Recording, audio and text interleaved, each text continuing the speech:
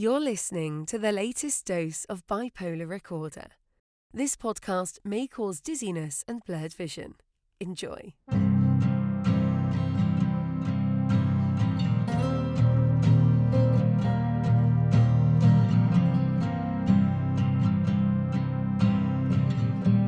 Welcome back to Bipolar Recorder. My name is Hunter Keegan, and I am excited because it's been a couple of weeks since our last episode, and I've got some great new content for you to enjoy. Today, I had a woman named Paige come on the show to share about her experiences, not just with bipolar disorder, but also borderline personality disorder. She spends a lot of time talking about the similarities and differences between these two conditions, and it made for a great conversation. Be advised that this episode contains in-depth conversations about domestic violence and suicide, so if those are topics that make you uncomfortable, you may want to skip this episode.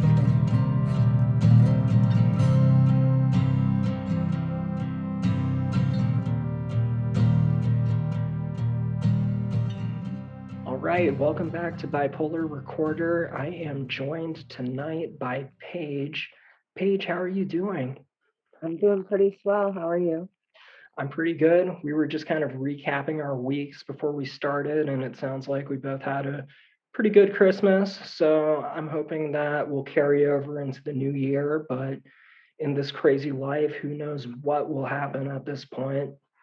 I wanted to start by asking, do you mind sharing your formal diagnosis with the audience?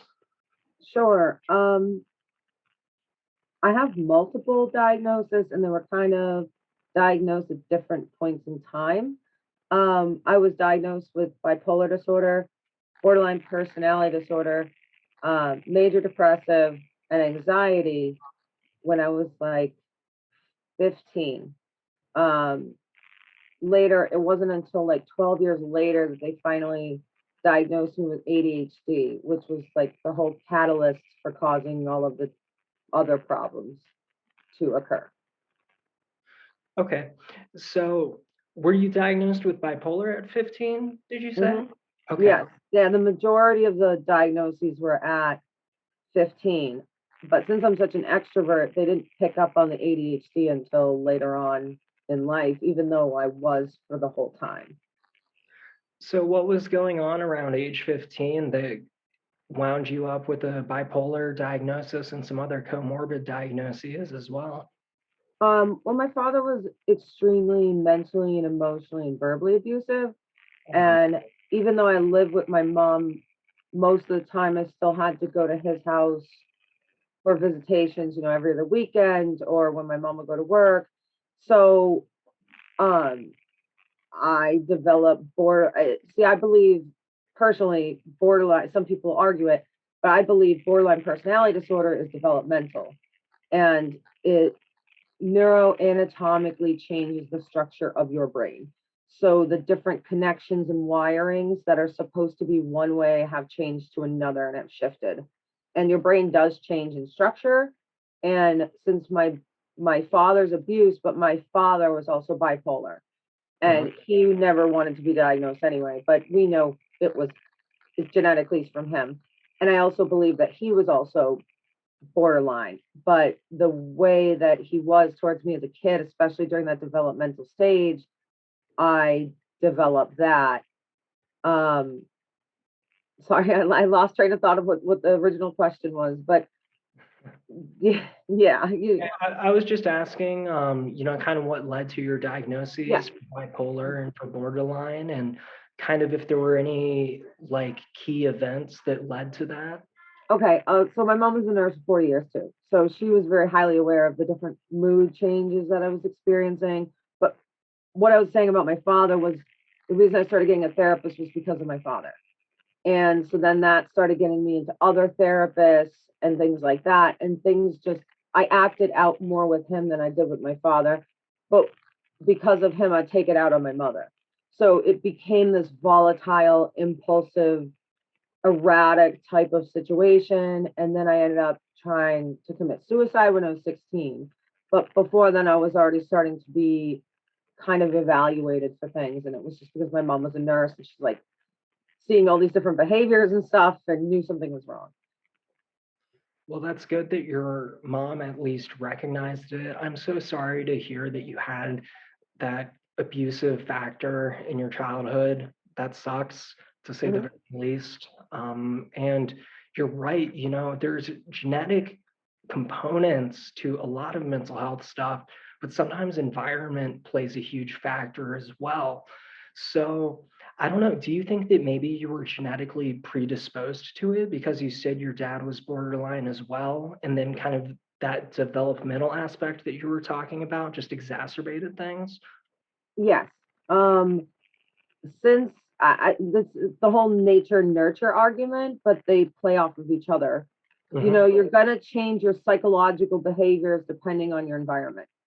So if you're in this type, you're going to be conditioned to be this way in this environment if the environmental pressures are enough. So the environmental pressure here was my father, but I'm also, I was not diagnosed yet. I wasn't medicated properly yet. So I was already genetically predisposed because of the bipolar. So that wasn't being corrected during the times that I was developing borderline personality disorder as a kid from the abuse, because that's usually where borderline stems from, is abuse as a child. So I think, and also you got to think about the fact that bipolar symptoms and borderline symptoms are very, very similar. One you treat with psychotherapy, and the other you treat with, you know, psycho psychopharmacology. So Mhm. it's like it's very hard to delineate between the two, but there are very distinct features that define between borderline and bipolar, even though they're very slight. So I think so. I really do, that if you have one, you're like, okay, for instance, if I'm bipolar and I grew up in a happy environment and everything in my environment is great, and I don't, and it's hard, it's going to be harder for me to develop the borderline. I think if you have that combination of both, you're more likely to. Yeah, definitely. And let's take a step back for the audience because this is obviously a bipolar themed show, Sure. but you also have borderline personality disorder as a comorbid condition. And some people may not be familiar with what borderline personality disorder or BPD is. How would you describe borderline personality disorder in your own words? And how does it compare to bipolar? In terms of behavioral symptoms or in terms of neurologically? Because I could go either way here. Yeah, I guess what I'm referring to would be more like behavioral symptoms. Okay, so one very distinct feature of borderline personality disorder that I've found, because like I said before, they're very, very, very similar in symptomology. So it's very hard to, diagnose one without the other one with the other, is the body dysmorphia. I found a lot of people with bipolar, they don't exactly have the body dysmorphia like I do, which is a very key fact, like key symptom to borderline personality disorder. Um, I'm trying to think. Another one I would pick out is probably a very high level of codependency. It's all about. I was thinking about this earlier. It's all about imagery. I think with borderline personality disorder, so you're thinking about it as personality, whereas bipolar, you're thinking about it with a mood shift. The bipolar, it's more mood regulation, whereas borderline personality disorder, it affects all you're triggered by the emotional aspects, but it's more revolved around your self-image and who you are as a person and your personality. So it's an identity conflict, I felt. And Okay. it's also like cutting yourself, self-mutilation, things like that. I mean, you have that with bipolar, but it's just more prevalent, I think, with people with BPD. But it's also, you could have someone be diagnosed with BPD and they have bipolar or vice versa. So it's hard. Okay. I have a hypothetical for you, and I don't know a lot of people with BPD, so this is really interesting for us to talk about.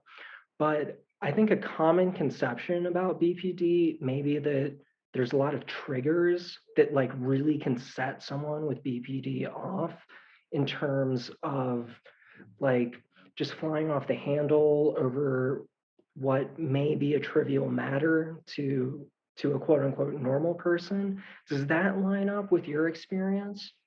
Yep, definitely. Like the tiniest little thing will just throw me through a loop. The tiny, yes, I get triggered very easily. Like I'll give you an example. When my mom drives me places and she wants to drop me off in front of the store, and there are cars behind us, I will immediately feel overwhelmed and freak out. Like there's no. I think with bipolar disorder, it's more of like a mood shift. So there are times, whereas with borderline, it just could be any time. You know what I mean? It just could be, you could be completely happy, and then all of a sudden something like really makes you angry, and it throws. And I think that's where it's deceptive between the moods, the mood disorder, bipolar. So people think, oh my God, they just freaked out of nowhere, and that's bipolar. But really, it could be borderline. It could be just their trigger. So it's such a difficult, concept. But yes, definitely, I very very much will just fly off the handle sometimes. Yeah, and I mean that happens to me when I'm having manic episodes. I wanted to kind of say what it sounds like you're saying with BPD is that you can be at baseline. So, like, everything's fine, but then there's that trigger and it's not related to a mood episode. Is that what you're getting at? That's exactly what I'm saying. But people will think it's related to a mood episode from the outside perspective. Other people, they'll think it's from a mood episode because you radically shifted your behavior so quickly. You know what I mean? So they think bipolar because of that. So that's why it's very hard to determine between the two sometimes. Yeah, definitely. A I lot. think just one is more based around identity and environmental stimuli, situational stimuli, and being overwhelmed. That's the borderline. Versus bipolar, I think that's more just a natural chemical shift in your brain. Yeah, that makes a lot of sense. So, how has BPD impacted your relationships, like platonic or romantic? Do you find that that makes relationships more difficult? I imagine it would, right? Okay, so little context because it'll make sense for this. I'm 32. I used to be an athlete in high school. So when I was diagnosed at, 15, but then I started meds at like 16. And some of your audience might relate with this. I was I was doing mountain bike club, snowboarding club, track and field, two softball teams, basketball. Like I was an athlete. I was 150 pounds, and borderline, like I said, body dysmorphia.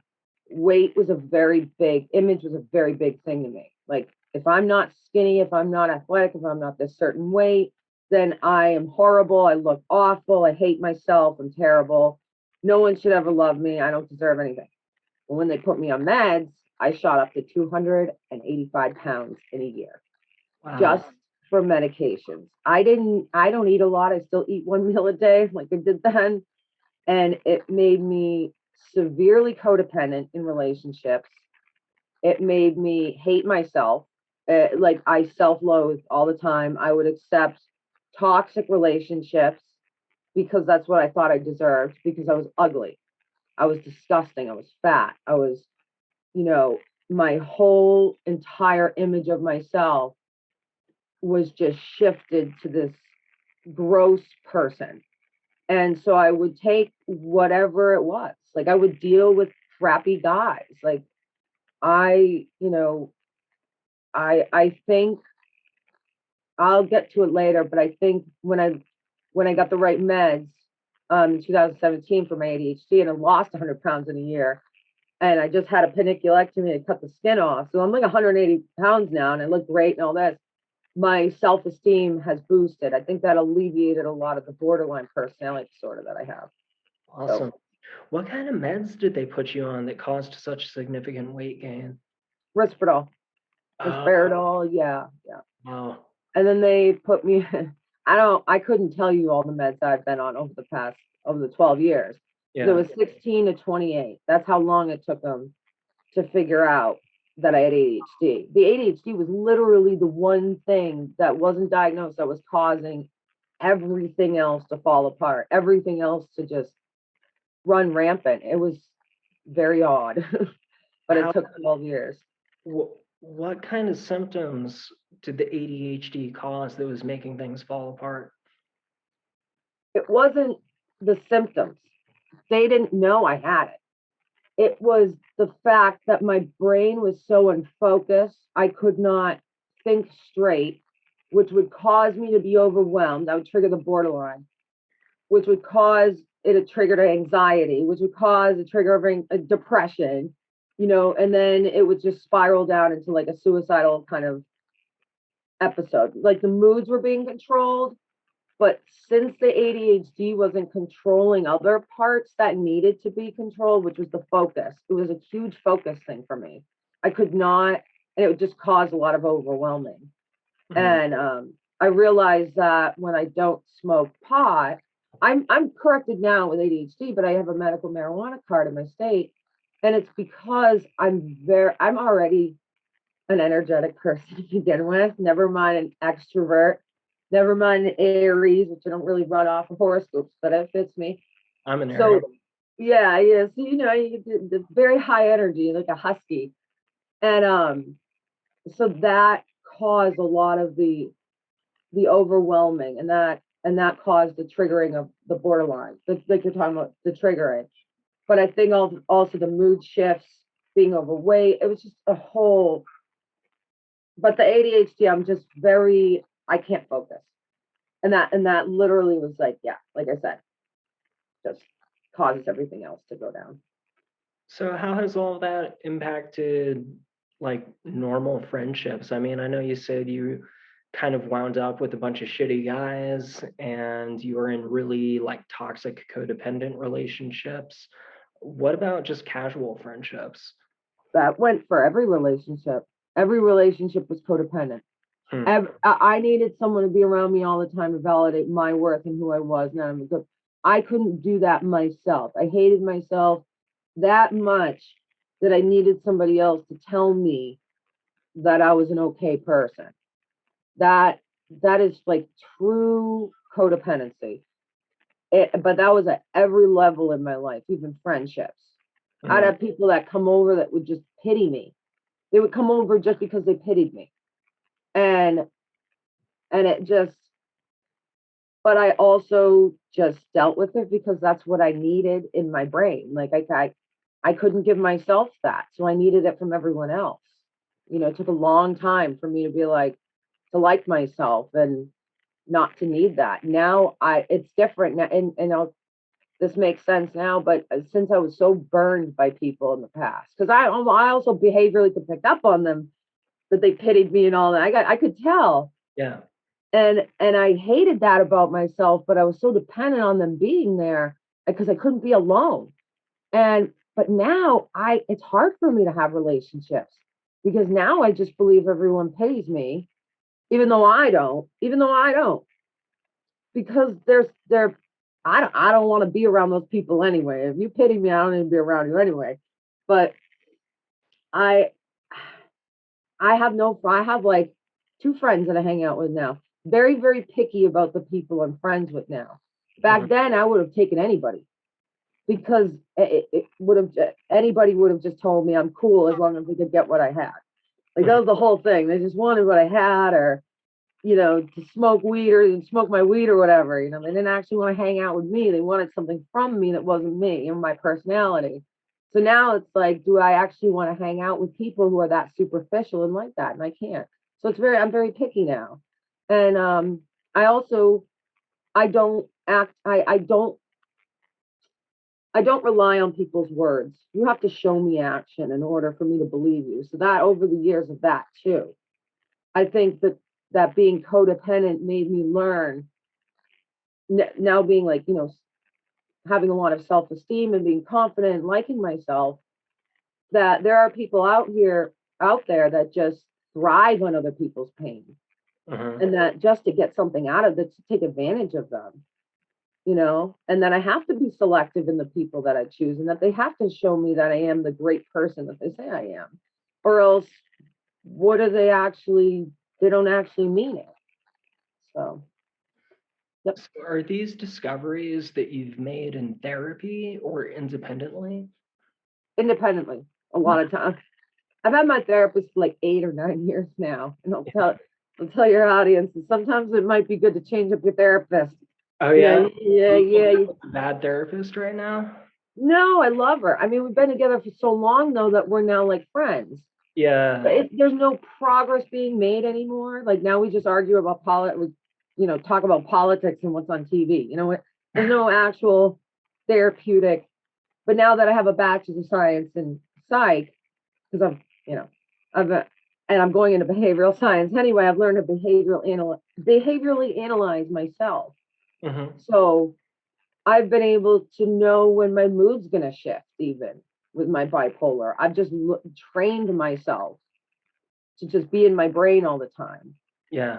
And yeah, so that that So is so you have a psych degree now? yes. I How just long ago did you graduate with that? well, 2 degrees actually. I just graduated this. Uh, that I just finished. My last grade just went in yesterday. So Nice. very happy. I got a bachelor's of science in criminal justice and psychology and a minor's in forensics. Wow, that's awesome. Congratulations. Thank you. What was it like taking psychology courses? Because I have a degree in psychology too, and I remember when I was taking psych classes, I went to Penn State. So Mhm. I would be in these like big lecture halls, and we'd be going over abnormal psychology, and I'd kind of be sitting there like I wasn't diagnosed at the time. So I'm kind of like, yeah, that sounds eerily familiar. Did you have a similar experience to that? Um, okay, so when I was 17, my mom put me on SSDI. She's like, she's gonna need the help. Goes off I get way more student loans, everything. It like if audience, if you're ever questioning if your child is, put them on it. Seriously, it's such a good asset. You get such good help from it. Can you So, explain what SSDI is? Because, yep. yeah, some people may not know what that is. So SSDI is Social Security Disability Income. Um, a lot of people go on SSDI because they're usually diagnosed like after their teen years in their early, you know, 20s. Then it's a tough time to get SSDI. It's hard to be diagnosed later on with a mental disorder by the government than it is as a teenager. So when I was 17 and I was already in and out of psych wards, and my mom being a nurse for 40 years, she submitted me and put me on SSDI. But since I was a child, technically to the government, it's considered retirement Social Security disability income. So instead of it going off of my work history, as it would if you applied after like 21 on SSDI, it goes off of your parents' work history and their income. My friend has gone through chemo 4 times and he got on SSDI after 21. So just to give you a contrast, he gets about 850, 900. I get almost $1,100. This kid's been through chemo 4 times. You know what I mean? It just goes to show you the contrast in money and the benefits you get, and the help you get just by that few span of years. So if you're really questioning, if my kid's bipolar, borderline, or any of these mental chronic disorders that they're going to have to deal with for their life in their 20s, which are going to become more volatile and everything else, get them on it because then it's going to help them go to school. It's going to help them, pay for their rent or whatever they need. And it's going to be that light, that's support that they can rely on, even though, it may feel strange. And I felt like I was just getting a handout and felt wrong, and I was conflicted about it at the same time. In hindsight, I look at it and I'm like, so I went to Quinsig, this community college for like 5 years until they kicked me out. Like, but I did a bunch of psych courses, and I'll tell you, like They're not like Penn State, like the big, this is a little, just not the university I graduated from, but this one course. I had it for 2 courses. This lady was crazy. But she was teaching chemical dependency. I was taking human services. In the first class, she was talking about serotonin and dopamine. And I wanted to see how much this lady knew. And I raised my hand and I said, so and so, I said, does serotonin and dopamine have to do with bipolar disorder? Fully well knowing it does, right? She screams at me, says, no, it doesn't. Shut up and don't say anything again. What? And she's teaching wrong material to future social workers and therapists. Oh my God. She told me that ecstasy wasn't a street drug. And I wanted to ask her, well, where do you buy it then? Like, I wanted to say that, because my topic was ecstasy for my file. Mind you, I broke my wrist that year, so I couldn't even get to class. I only had 3 classes signed up. So, and I had her for 2 out of the 3 classes. She would tell the other students that she hated me. So there's some professors that are like, whoa. And I found out this lady had bone cancer. So I got why she was so angry and hostile. Okay. At the same time, you should not be teaching wrong material like that to students. Well, you shouldn't be ridiculing students either when they have a legitimate question that you're supposed to be an expert on.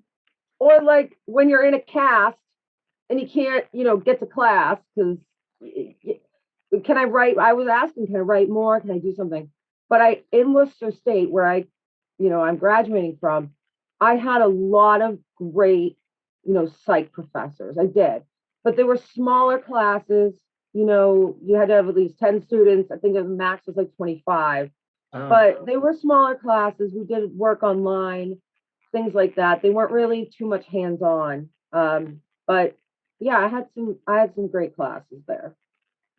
That's awesome. Yeah, at Penn State, it's like some of these lectures would have literally over 100 people in them. So much larger class sizes. But it's whatever. I think in retrospect, a smaller classroom environment probably would have been good for me. But you mentioned ecstasy. Were you into ecstasy in those days? Oh yeah. Yeah.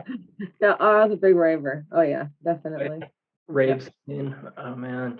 Oh Did yeah. did you get anything positive out of ecstasy or MDMA or? It's my favorite. It's definitely my favorite. I definitely love it. I don't do it very often anymore, but Yeah, that's pretty cool. I did ecstasy a couple of times. It was cool. It wasn't really my thing though. But I did do a lot of psychedelic drugs too, and those were awesome. Drug use, there's good aspects to it, as terrible as that is to say from a mainstream perspective. It's not all bad, but it can lead to bad places if you're not careful or responsible about it. So, oh, definitely. on that note, I wanted to segue into one of my other questions. First of all, I wanted to congratulate you on 5.5 years of sobriety from heroin. That's fucking amazing. That is such a good run. And I was wondering, so just since we're talking about drugs and, there's the good drugs and then there's the bad drugs, I think, would you say heroin is one of the bad ones? Oh yeah, definitely. Yeah. Oh yeah. How did you get clean from heroin? And I'm going to talk about it because I have no problem talking about it. I don't say it to a bunch of people because I don't want them to feel like I'm rubbing it in their face or anything. But I never went through withdrawals. I did heroin for 3 years. And I had never done it before I met my fiance, the guy I was with. Mm-hmm. And back from 2012, 2014. I'll just say D. I'll say his name is D. And he was already an opiate addict before I met him. We met in the rave scene, but I had never done any of that. I'm not going to say that he forced me. I'm not going to say that it wasn't my choice. I made the ultimate choice to do it. I could have said no, even though he had it in the house. I could have just been like, nope, I'm not going to do it. I ultimately made that choice. It was not his fault. It's just, I say influenced because I wouldn't have been around it unless I was around him. Anyway, heroin. I ended up after, that's a whole nother long story. If you want to get into, you can, if that's fine, but it's very long. Whatever you want to share, whatever you're comfortable with. I didn't know how long you wanted me to talk for. I could go on, for a long ass time. But so Dean, to say his name, because I'm gonna end up saying it anyway. He's, dead. So, he was my soulmate. I knew when we hung out. He had a crush on me for like 2 years before we actually hung out, and I had broken up with a guy before that. We ended up moving in together, ended up doing heroin together, and then things got domestically violent. And it's just, but I was also codependent. You got to understand, I was also overweight, codependent. This is what I'm going to accept. I love him. I never thought I'd be in a relationship like that, but it happened. Down the road, we moved out of an apartment that we were with roommates. We moved up just together. And it was like June of 2014. And then he was going through withdrawals like crazy. I could not stick myself, so he'd have to stick me, which was so horrible because I have tiny veins and stuff. So then I had to learn how to do it in my leg. I don't have any track marks in my arm, it's in my leg. And they're gone at this point. But so he had overdosed like twice at that point. He's going through, because the withdrawals are just ravaging. It's like the flu, and then if you don't have the drug, then you're going to be like just completely sick. And where we were, the drug was stronger than where we were before. So his calculation was different because of the strength of it, of where we were now. And on August 3rd of 2014, I woke up. I told him, I said, wake me up when you get home, because he had already fallen. I know CPR and first aid and all that. I know how to respond. But I told him, I said, wake me up when you get home. I understand you're doing it because of your withdrawals. Like I was sympathetic to that, I think at that point I was just doing it because I don't think I was like, I was addicted, but I don't know. It was really hard to explain. But he didn't wake me up, and I woke up to a knock on the door, and I sat up from the couch, and I look over, and he's like, we have like a couch in his desk where he do his stuff. And I look over, and he's flat face on the floor. And so I screamed. The kid from at the door ran in. We flipped him. I started doing CPR. And this is something your audience might find interesting. But when the EMTs got there, so I called 911, I went amnesic. I don't remember anything. I don't remember anything. My mom had to tell me what happened, because I still to this day don't remember. My brain the trauma just shut my entire memory off. Like it's like a blank for like 12 hours or so after that. You had an dissociative state. It's like a whole memory lapse. Like just, I don't know. I don't know. It's weird. It was a very, I had to know what happened though. So my mom told me, she picked me, because it wasn't very far from where I live here now. She picked me up, brought me to the hospital where he was, but the nurse wouldn't tell us anything. So then I had to call his best friend. And my mom was already driving me to another hospital that I already went to a couple of times. They hate me at that hospital. I'm telling you, it's funny. He told me that he was dead. And I thought he was, because he felt stiff. I guess that's what I said to my mom. But on the way to the other hospital, we got there. And like I said, this hospital hates me. They don't like me there. And they had to I was screaming and freaking out in the parking lot. They had to bring me inside, and they still didn't take me. And this scared my mom. I've never hit my mom or anything like. I've always screamed or whatever, but I never like physically hit her. And I get out to the car, and I was smiling. I had a psychotic break, and I said, "They're not going to take me," because I said I'm not going to kill myself. And I just said it like that. Yeah. And so the next day, that's all I remember, is his parents coming, his mom coming. His dad was like blowing Percocet with him a month before we moved back in together. Like you knew he had an opiate problem and just kept facilitating it. His mom came storming in, said she was going to choke me to death, saying that I'm a murderer. I'm like, so where's the investigation? Just okay. They only took his valuables, which really hurt me. He's a raver. He had all his raver jewelry, raver candy. His sister's a raver. Like, I had all of his sentimental stuff when I moved out. I had all of his raver candy, a scarf that he made his sister when they were little. Like, I had all of this stuff that they didn't even care to take.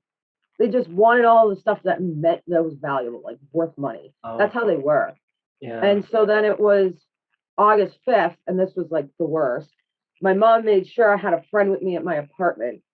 And so all I remember was, and your audience, usually every other time that I try to kill myself, somebody knew. This one time, nobody knew. That was the difference. And I went in the bathroom, took all of my Klonopin that was just refilled the day before, took all, like half of my bottle of Trileptal. I remember this visual. It's very visual. It's like a movie in my head.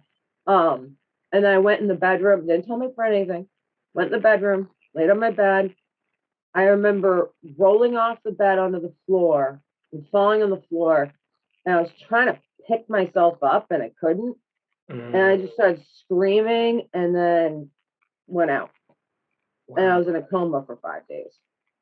And I ended up dying halfway through. And I crossed over. And that was I don't know if you want me to go into that. If that's cool with you, I will. That's fine. Yeah, no, I totally want you to go into that. Can you talk about the coma experience? Yep. You wrote a little bit about that and sent it over to me, and I read it, and I was like, holy shit, this is fucking nuts. Yeah, I was always brought up like Protestant spiritual. My mom was, like I said, in her 40 years, so she saw a lot of stuff, and she's very, energy connected, things like this. And okay, so on like the third day of the coma, I guess they wanted to see if I could breathe on my own, so they took the tube out, and I respiratory arrested for like over a minute and a half or so. And all I remember was like waking up, and it was like and it was like gray and white rippling. But all I could feel was like this love and this warmth and this safety. And I also believe in like out of body experiences, so this one kind of makes sense. But I saw myself in the bed, like in the hospital bed, on 4-point restraints. Which how would I know that? And Dean was sitting next to me in a wheelchair, and he had his Dark Star hat on. He always had this specific Dark Star hat on, like skateboarding. Yeah. And so then I saw myself from my own eyes.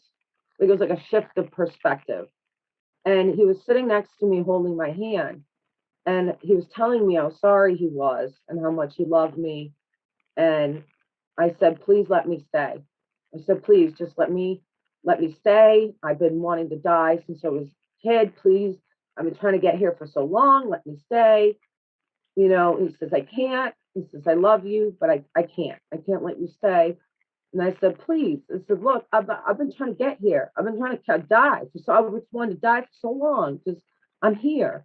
Like I've gotten over that. Like, and he wouldn't let me stay. And he's like, I'll be here when it's your time, and I'll be waiting for you, but I can't let you stay right now. And it was weird time wise, minute and a half here felt like trying to speculate over an hour up there or wherever it was, And then I saw my uncle Eric, who, oddly enough, he died the night I was conceived. And he's my guardian angel. Like I sang happy birthday to him at 2.5. Like I just, so I saw him and I saw my Aunt Pat, and then I came back, into the coma. And then when I woke up from the coma, my dad told me afterwards, he says, all you did was cry and scream, like just wail. Like I was a mess for like I couldn't function. Yeah. Couldn't even function for like a year or so after that. I Yeah, was in and out of psych wards more than usual, you know.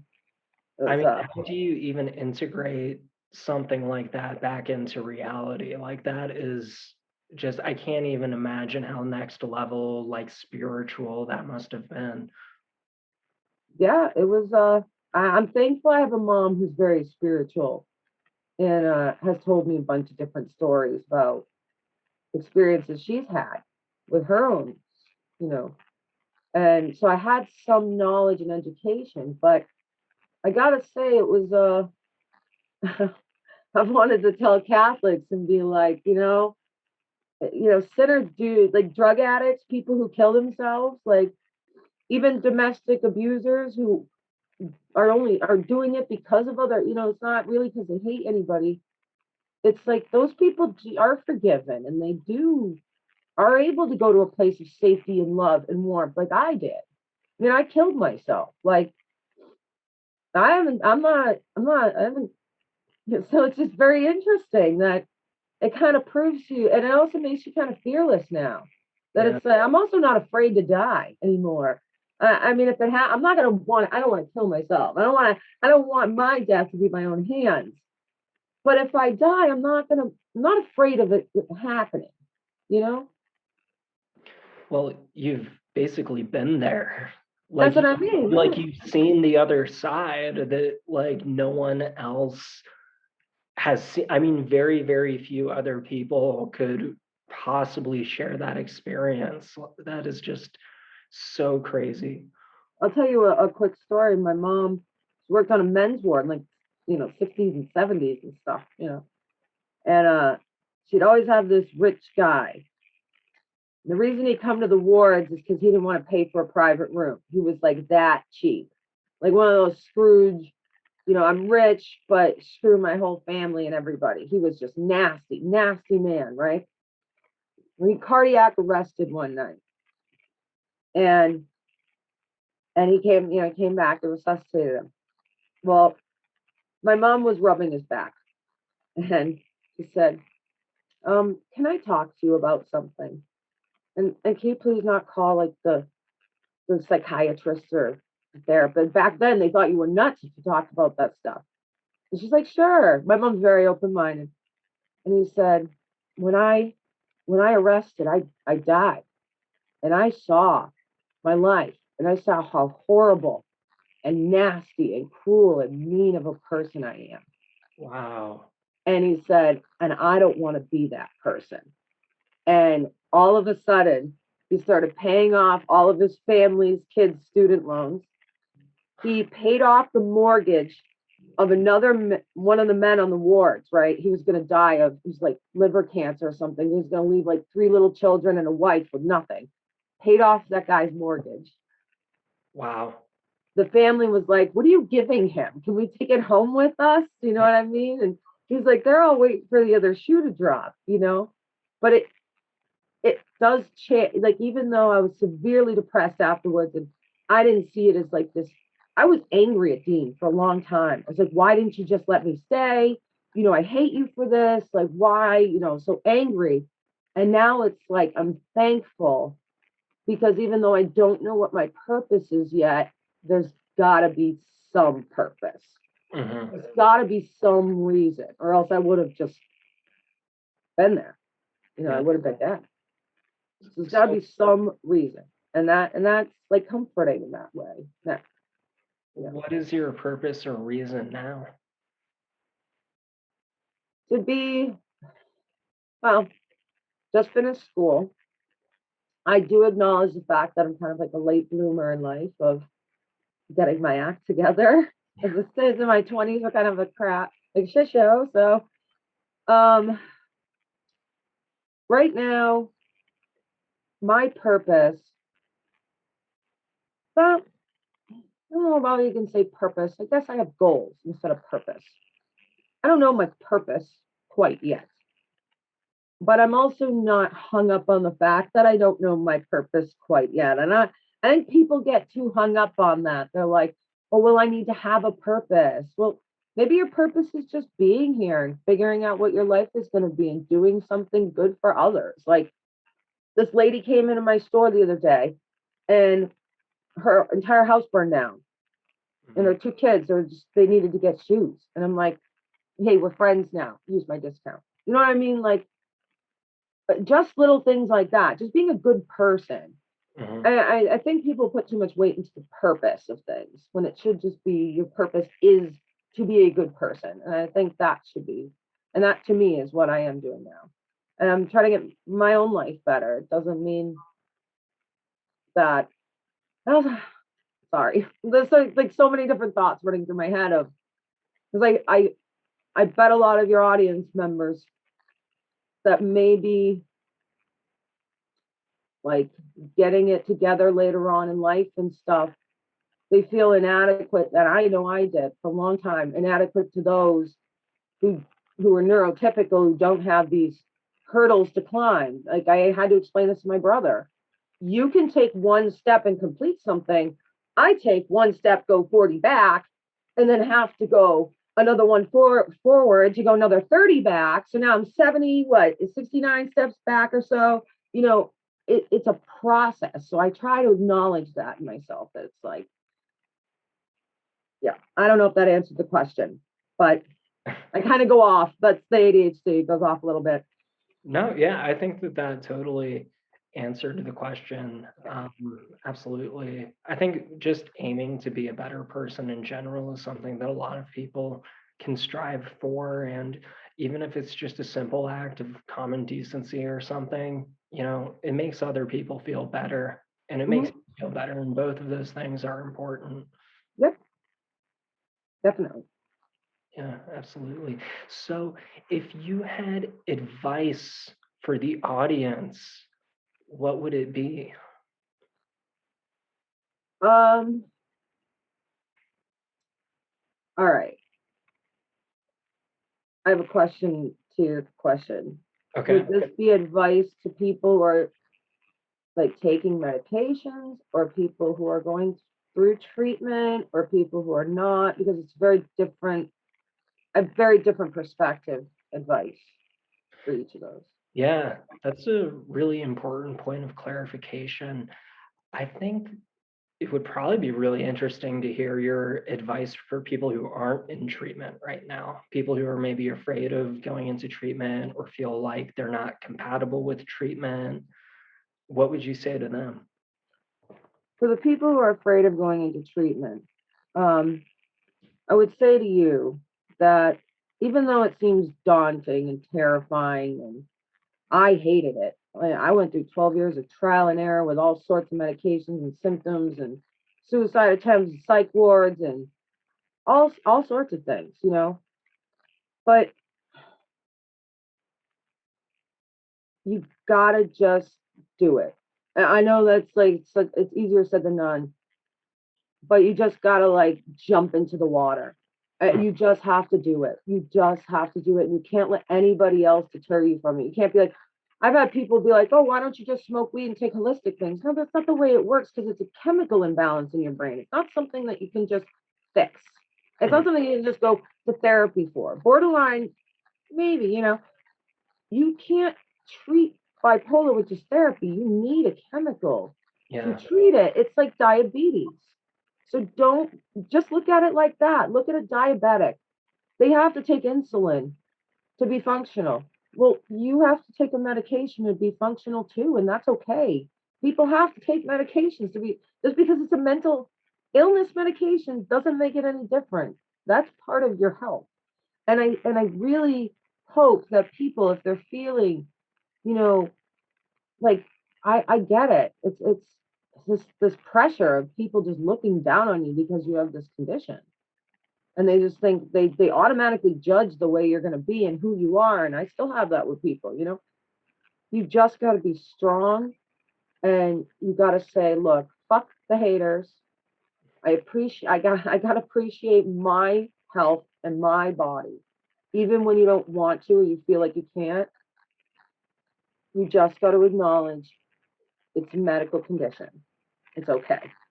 You should do it. Start off dipping your toes with a therapist. A therapist will lead you to somebody if you need more treatment. That's the best way to go, I think, is starting out with a therapist.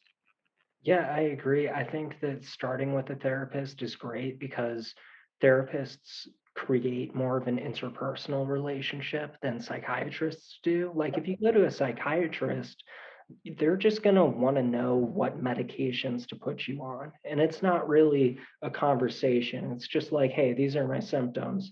What can you do? What can we add to the cocktail? What can we remove? Whatever. It's a very like transactional kind of relationship. But with therapy, you can actually build a relationship with the therapist. And if you really are having big issues that the therapist is noticing, they can refer you to a solid psychiatrist. And then at that point, you can get on medication if it's necessary. So, yeah, man, I wish more people would just seek out therapists. I think the world would be a much better place if people would just go to therapy. Even for like a mentally healthy person, I think therapy could be helpful in some ways. Mhm. So, It definitely is. Even just to vent all your stress or things that are going on, even just someone to just listen to all you have to say and stuff and acknowledge you. That does, even just that little bit helps. I was lucky I had my mom for all the years it did. A lot of people don't have the same support system and benefits and resources that I do. That's why I'm like, people, if you got a kid or, try to think about that because you're gonna get so many amazing resources for it. yeah, absolutely. I think that's really, really great advice. And don't feel ashamed of it either. That's what it's there Yeah. for. Yeah, I mean, why would you feel ashamed? You're trying to improve your life and better yourself, and you might be saving your own life by doing it. It's very I hate using this word, but like it's brave. Let's just call it what it is. It's a brave move to to kind of put yourself in a vulnerable situation like that. And I hope that if there's anyone out there listening who's feeling afraid or has reservations about mental health treatment, just go for it. Um, You gotta. I it'll be mean, worth it. It'll work out.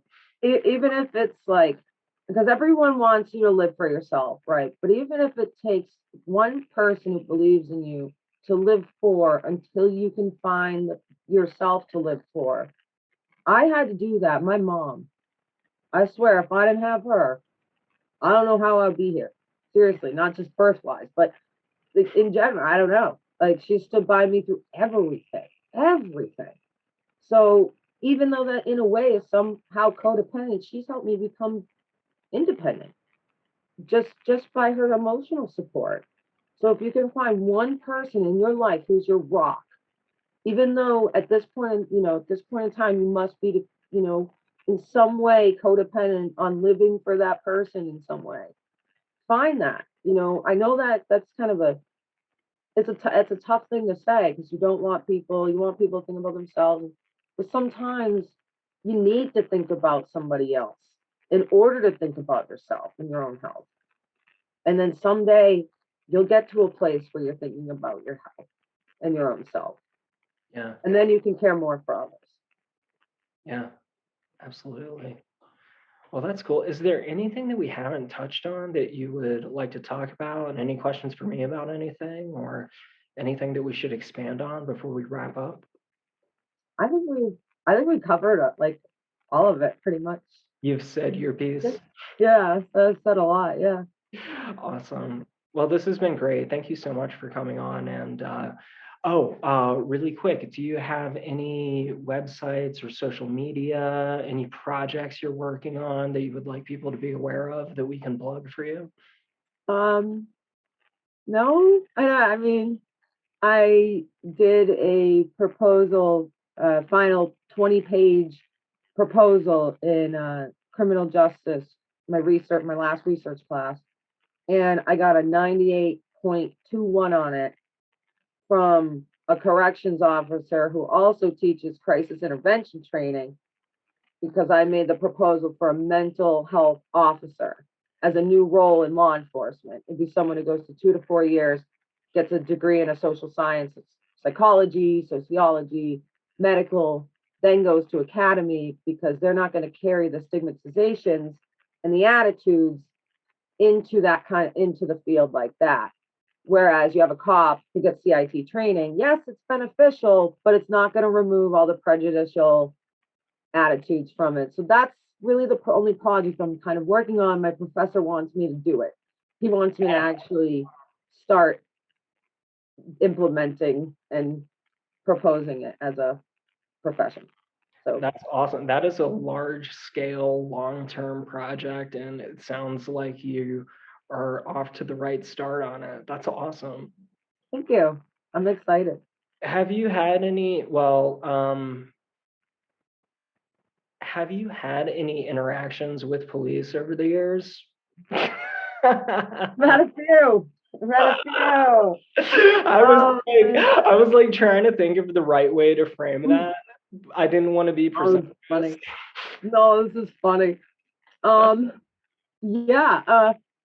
So I've lived in the same town for a really long time, and I've actually found out, which is interesting that we're talking about this, is I did poll working, election working in my town for 14 hours straight. And the cops were like, oh my God. At like 6 o'clock, I sat down. They're like, you just sat down? I'm like, what are you guys doing? But I was shooting the shit with one of the cops, and he was the cop that always came to my mental health calls. And guess No, what? He had a degree really? before he went to academy. I was like, yeah. But no, I've had a lot of interactions with cops. Um, the worst, and this is the only time my entire life, I'll say this, we'll wrap it up, but the only time my entire life I ever went homicidal was terrifying. Um, since my boyfriend, Dean, he was domestically, abusive. I don't watch horror movies. Okay, I'm into all like, forensic stuff. I don't watch horror movies. And visually, it messes me up. I have very visual. I can't do math. That's why. So all visual. Um, and that night, that day, my new psychiatrist dropped me off all of my medications, all the ones I was on, and gave me only Wellbutrin, which is an anti-smoking medication. Yeah. I went home, watched 2 horror movies. Dean was screaming at me or something. I almost killed him. I went after him with a kitchen knife. Oh my God. So him and I were like fighting each other, and we're like slamming each other's heads into like things. And the cops came. They grabbed me. I had 2 cops holding me on the floor. I'm like screaming and freaking out. And it gets funny at the end though. And I'm screaming. They drag me down the stairs. They get me outside. It's like 3 a.m. And my roommates are watching from the porch. And the cops are patting me down. And I just scream, don't touch my tits at the top of my lungs at 3 a.m. It's like, oh man, it was a terrible night, but that was the funniest part. And like my roommates still will crack up over it later on. It's like, oh my God. But no, I mean, a lot of the times, cops pretty cool with me. This is Yeah. very, very calm. And I mean, one time I had a boyfriend I had to call the cops on him. It's like I kicked him out after this. It's like a week after Parkland shooting, and he says to 4 cops, "I'm gonna murder everyone and then kill myself." They were like on their guns, like so fast. It was unreal, and I'm just standing there watching him freak out. And at this point in my life, I'm like, I like myself. I'm like, and I was like, is that what I look like when I was a teenager? Like, I was just like watching him. I'm like, wow. When you see it from an outward perspective of that's how you behaved, and you're watching someone else behave that way, and you're like, I look how much I am like grown now and like done so well now and composed. It's very interesting to see both sides of things. Yeah, so I'm done. Yeah. All right, I'm done now. Those are my run-ins with the cops. Yeah. Oh well, we can totally keep going on that tangent if you want to. I don't have any more good cop stories because I was pretty, chill with all of them. Yeah, I've had various run-ins with the law over the years, and I'll say they're not all bad. Every once in a while there's a guy who's chill and like sees you as a person and treats you with respect, and that's always nice to see from law enforcement. And I think it's because they have those ones, like I said, it was very fascinating that was the one that always came and he had a degree. It's having more education. When you're going into something and you know what you're doing, you're not as overwhelmed or skittish or erratic about going into it. So you have an officer that goes into it and they're like, oh, I know exactly what's happening here. And they know how to deal with it. They don't freak out and start trying to arrest and fight people. They know they're treating you like a patient instead of treating you like a criminal. Whereas cops, they're seeing your erratic behavior and they think you're just being a criminal. They don't see the mentality behind the behaviors being, occurring. Yeah. Yeah, that's why. I had one cop pull me over on New Year's Day, like 5 o'clock in the morning. I was rolling face, and Nice. my passenger had never been pulled over before. Even as a pat, I was the driver, and this cop and I shot this shit for 20 minutes about drugs. Oh my God. Had no clue, no idea that I was rolling face. Like, oh, have a nice day, happy New Year. He's like, wow, she's just in a great mood. So talkative. Oh my God, it was so funny. Just be nice to them, audience. If you ever get pulled over, be nice to cops. Just be nice to them immediately. Yeah. Don't get scared. Don't get all Don't try to play lawyer. Like, just fucking chill out, and you can de-escalate the situation.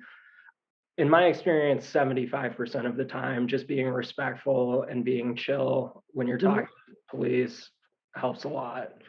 They don't know how to handle it. You're super, super nice. Just, okay, I'll give you this, blah, blah, blah.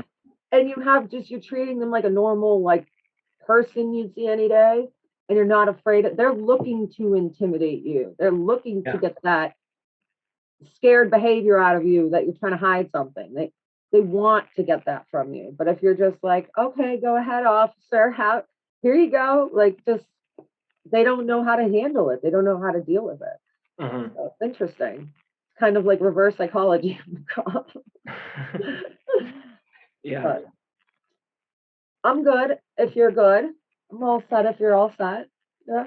I think we're all set. So I'm going to end the recording, but it was such a pleasure having you on. Thank you for having me. I appreciate it. Yeah. It was nice.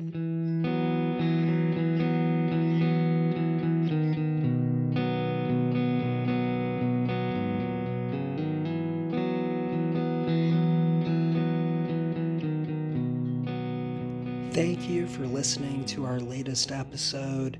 Your support means everything to us. Please be sure to tell your friends about this show. Bipolar Recorder can be found on Twitter at Bipolar Recorder. I am on Twitter at HHKeegan, and you can also visit www.bipolarrecorder.com for more information about the show. My name is Hunter Keegan. We'll be back soon with new material. Until then, sit tight and enjoy your day, evening, or night.